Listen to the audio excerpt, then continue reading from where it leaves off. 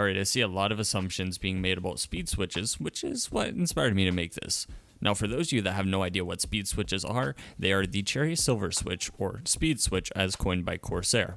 These switches used to be exclusive to the Corsair keyboards up until January of 2018, when the agreement between Cherry and Corsair has been lifted, which is why you haven't seen the switch anywhere up until this point on other keyboards.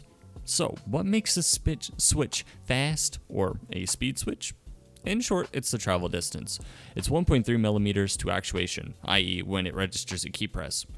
Compare that to reds, which actuate at 2 millimeters, and you have a 0.7 millimeter difference between actuation points. I could get more technical, but I would rather this video stay simple. Alright, so do speeds or silver switches compare to reds? They don't. Silvers are actually in a whole nother league, my friends. As for why, well, I'll take some questions that people have asked me and compare the answers to my old switch type, which was reds. The first question was, do they or will they make you stream faster? Not really, there's a long and a short answer to this, and it's all relative. Shortly, no, they won't. You won't be able to do anything on speeds that you weren't able to do on reds, and they're not going to magically make you better. However, with time, yes, they will make streaming easier and better. As for the reasons, that will be in another question. As for the second one, is if they take a shorter time to actuate, would they take a longer time to come back? So honestly, I wasn't sure if this was a troll question or a legitimate question, but I'm gonna treat this like a question. No. The travel time is 3.2 millimeters, making it 0.8 millimeters shorter than reds, which actuate, or bottom out, at 4 millimeters. But again, that's just bottoming out. So the third one is, will these help me with stamina? Will they gain more stamina? Can I get more stamina? People trying to get more stamina. Alright, so this one's actually pretty tough. Just like the first one, it's kind of relative. Depends on your play style.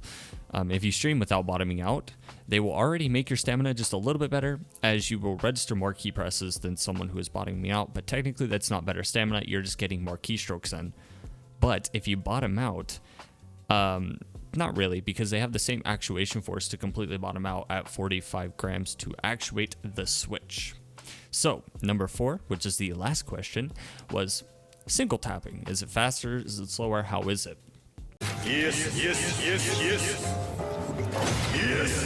Yes, oh my. The benefits of single tapping alone on the Switch just make it a little bit more worth it than reds in my opinion, and it actually helped me improve a lot quicker in a shorter period, as I was able to double and sometimes even triple tap stuff that I used to have to fully alternate for. It changed my playstyle from completely full alternation to somewhat of a hybrid alternator and single tap. So now I'll take a few seconds to talk about my experiences with the speed switch as a whole.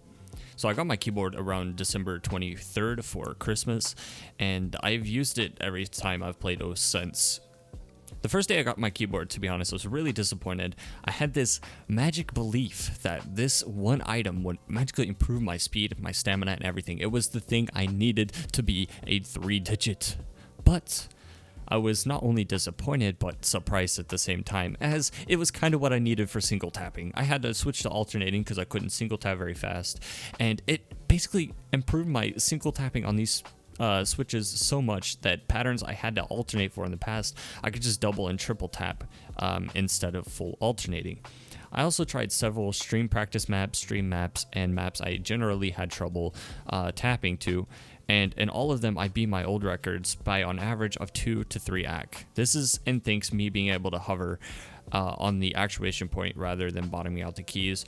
It did kind of help me get some more AC because I was already used to hover streaming. Alright, so on a closing note, I didn't want to come off as completely biased towards the speed switch, so I decided to add a couple cons to this switch, which is something that 90% of the player base doesn't have, and it's finger control. So straight up, these switches aren't very easy at first. You overstream, over tap quite a bit because the keystrokes register almost instantaneously. Especially if you could hover stream in the past, switching over to this and playing lower BPM, and sometimes even BPM that you used to be able to just cheese through hover streaming, you almost sometimes double your keystrokes. So it's a lot more tough to get used to. So you need way more finger control to start to be able to play with these switches.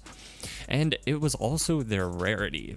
If you would have asked me 6 months ago if I recommended these switch, I could have said no. But now I can say I recommend these over the red switches.